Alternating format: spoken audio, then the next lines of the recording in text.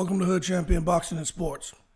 In boxing, you find a way to win or you find a way to lose. So, Oscar De La Hoya, man, talk about taking it to the stupid. Now, he's going on record and he's saying that he feels that Tank Davis and Ryan Garcia can generate close to 2.5 million pay-per-view buys. I mean, come on now, man. Let's hold our horses. Let's not take it to the stupid.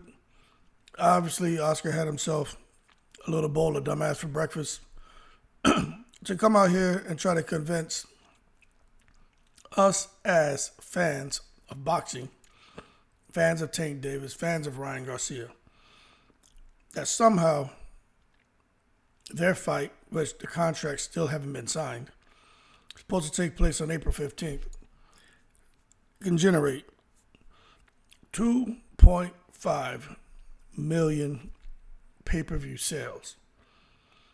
Now, come on, man. Now, this is the thing. We know De La Hoya, Golden Boy Promotions, coming together with PBC and Showtime and DAZN, and you know they're sorting things out to make the fight happen.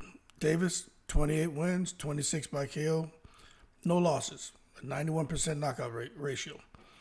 Ryan Garcia, man, has 23 wins, no losses, 19 KOs, right?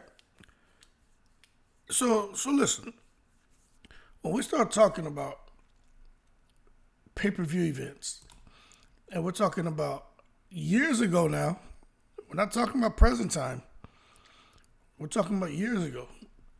When you really start looking at which events generated the most in pay-per-view sales, right? We can just go ahead and start talking about, Lennox Lewis and Mike Tyson. They did really good numbers, okay?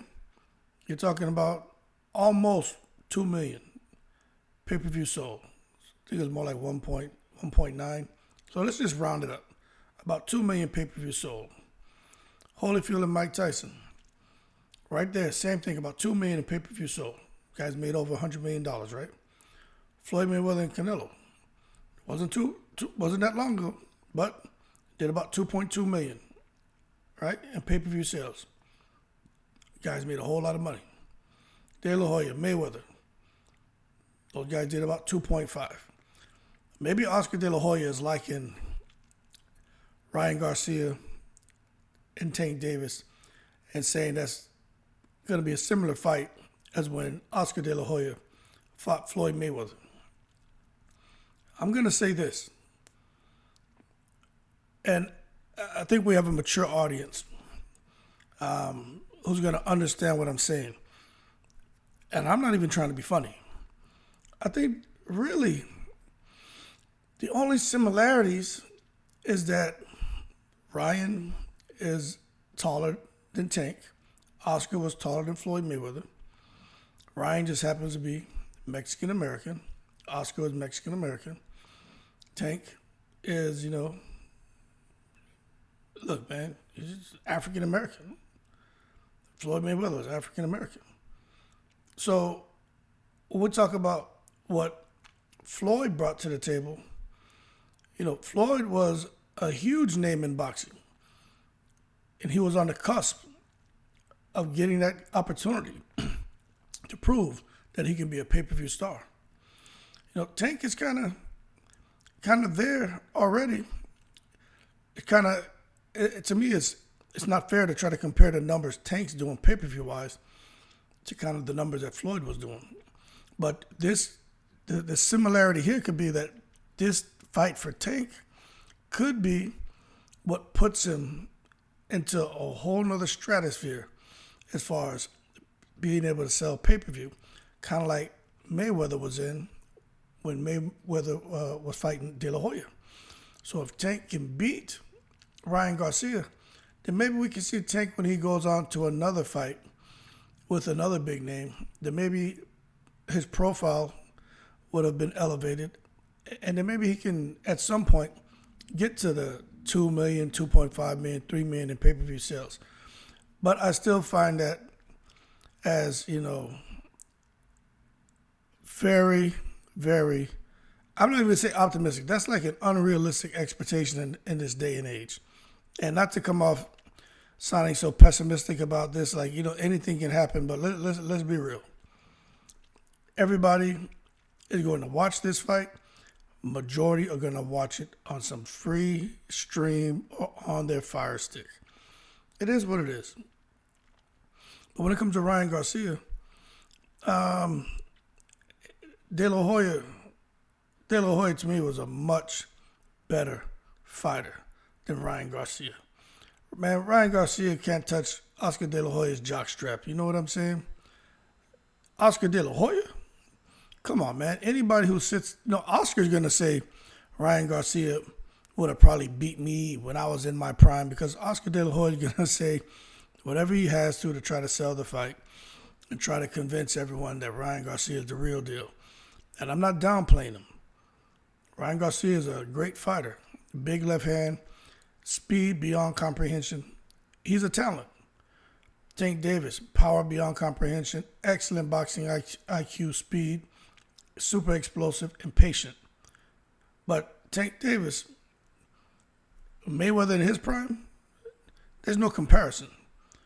Okay? So for De La Hoya to talk about bringing these two together and these guys being able to go on and do over $2 million in pay-per-view sales, I just think that Oscar De La Hoya is selling crap sandwiches to us. And I think we all have enough sense to know that that's not going to happen.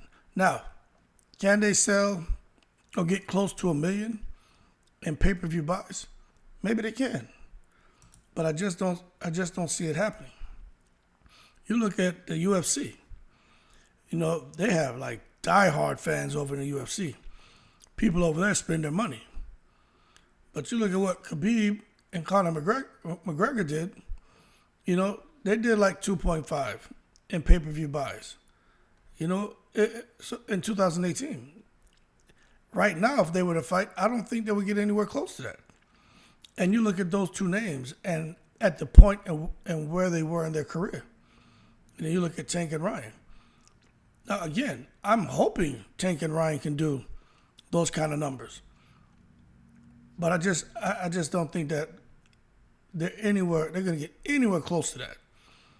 You look at Marvin Hagler, Sugar Ray Leonard, back in '87. Those guys did a whole lot. Them guys did like over $3 million in pay-per-view sales. And Mayweather and Conor McGregor, we all know what that did. I don't think anybody will ever get to that number again. We're talking about $4.3 million in pay-per-view buys. Made over $700 million, almost $1 billion. Isn't that crazy? Then, of course, you got Mayweather and Pacquiao. Those guys did huge numbers. They did $4.6 million in pay-per-view buys and a whole lot of money. So I just think it's just blowing smoke, and it just needs to stop. But I think if they promote it right, they can probably blow it out the water. They really can. But sometimes, man, boxing hurts itself because the teams aren't coming together. They're not speaking positively about each other. They're not really in the media working together to promote the fight. And it's, to me, that hurts just the possibility of even getting this fight to $1 million in pay-per-view buys. You would think that the damn contract would have been signed already. It's stupid. De La Hoya goes out here talking about we want to make sure that the event is here. It's a special fight. We want to make sure we do 2.5, $3 million in pay-per-view buy, make sure the fight's in homes. Realistically, the fight's close to $2.5 million, right? Talk about the target date is April 15th in Las Vegas. Now, look, when De La Hoya starts talking about this damn contract, I'm telling you, I don't like to hear De La Hoya talk because we know De La Hoya will say anything. He hates Dana White. Then he's like, hey, we should all kumbaya and work together. Then he comes back out, takes a jab at Dana White, when Dana White and his wife have the video that went viral where she slaps him, and then he kind of does that catch and shoot and puts her in her place. You know what I'm saying? Very, very awkward situation, but De La Hoya takes a shot at him. But then again, he wants to work with everybody. Got Floyd Mayweather out here. Got Eddie Hearn. De La Hoya doesn't know what he wants to do. But he goes and he says the contract's in his hands. It's very complex, a very complicated contract. These big fights take a big deal of patience and negotiations. Doesn't it sound like Eddie Hearn when Tyson Fury sent him the contract for AJ? I do believe that they can be complicated. I do believe they take time. But damn, they've been talking about Tank and Ryan and talking about the fight sign and the contract's been going back and forth for quite some time now. I mean, what this shows you is that the two fighters want to fight. Errol Spence and Crawford, who knows what the hell they want now, but at the time, they wanted to fight. But the fighters aren't the ones holding these contracts. The fighters aren't the ones working the finite details. It's not the fighters. It's these lawyers. It's these promoters, man. It's these other people behind the scenes. Man, that fight should have been, firmed up already, wet signatures. And they should be on cruise control, man. These guys should already be out here promoting the fight. Like, Ryan Garcia and Tank Davis should have already started and promoting. As soon as Davis defeated Hector Garcia, him and Ryan should have already started on promoting the fight. They have until April. I mean, here, we're almost in February. February, March, April. Look, that's not a lot of time. 30, we know February doesn't have 30, but let's just say 30, 60, 75, basically, it's like about 75 days, you know what I'm saying? And to me, that there really hasn't been effective promotion. So I don't know what he's talking about, but I do think that this is probably one of the biggest fights in boxing. And this year, just the way everything's looking, across all the weight divisions, this could be the biggest fight of the year. We know we got Fury and Usyk, but we're not just talking about as far as the revenue that can be generated. We're talking about capturing the imaginations of the boxing fans and crossover appeal. We know Ryan Garcia crossover appeal already. Tank Davis he's kind of there in that space as well. But I really think this is one of those fights for the year that could be the biggest as far as the demand by the boxing world who want to see it. Because it's truly, although I think Tank wins, it's truly boils down to really about a 50-50 fight. Anybody who says otherwise, I mean, that's their opinion, but I'm picking Tank to win because of his patience and his ability to download the data and his ability to, he's already small, to get low, use angles, and explode. Ryan Garcia, he doesn't tuck his chin. He stands too tall. His feet had to be set to throw. But those hands are so quick that he's able to get away with a lot of mistakes. That speed that he has and that power and that damn left hook is, I mean, it's just something special. But that being said, these two guys getting in the ring is amazing. I'm tired of these promoters, these lawyers, and whoever else it is behind the scenes making it damn near impossible to get the contract signed in a timely manner to where they can have the effective promotion. If you're trying to do over $1 million, much less $2.5 million in pay-per-view buys, this fight should have been all over the place. Advertisements, social media. They're in New York. The guy should have been in California promoting the fight. Should have been in New York promoting the fight. Down in Miami promoting the fight. You know, all the big cities. Like this is the kind of fight that deserves one of those kind of press tours. Not just showing up in Vegas. You know what I'm saying? Like, it deserves more than that. But I don't know. We'll see how they do it, if they're going to sit there and carve out a fortnight or so between now and, say, the end of February for them to get out there and kind of do their promotional tour. We'll see. But at the end of the day, DAZN and Showtime, you better believe those networks are still sitting there trying to sort things out everything is about money. That's all it boils down to. And I'm sure that's what's holding up the contracts from getting signed. It boils down to money. Let me tell you something, man. With the type of money that can be made, if they handle this fight correctly, those promoters realize they have and those networks realize they have an opportunity here to do something big with these two guys who have huge profiles in and outside of boxing. And, you can even say they have that element of controversy surrounding him as well. Tank Davis, we know his up and down struggles and issues, you know what I'm saying? And then with Ryan Garcia, with the whole mental health thing, some people saying that, hey, he is full of it. He's wrong to talk about mental health issues. And, everyone can have an opinion saying he really doesn't, because then he goes on vacation, then he comes back, and the same things that he's saying affected him and made him depressed and caused anxiety. People saying and bullying him on social media. He came back and was doing the same thing not even 2 weeks after he pulled out of a fight for supposedly having a mental health struggle. So controversy kind of surrounding both of these guys. Some very good talking points and pretty easy to market the fight. But you just can't wait till, a month out to start trying to market the fight. There needs to be more, and that needs to happen immediately. So, again, they're looking at sharing the territories, splitting the revenues, and trying to put it all together. But that's what it boils down to. But just being real, let me tell you something. I think at the end, they can get about $750,000 in pay-per-view buys. That's just Oscar, man, Oscar just kind of hoping, you know what I'm saying? But I don't think he's going to do poor numbers. I just don't.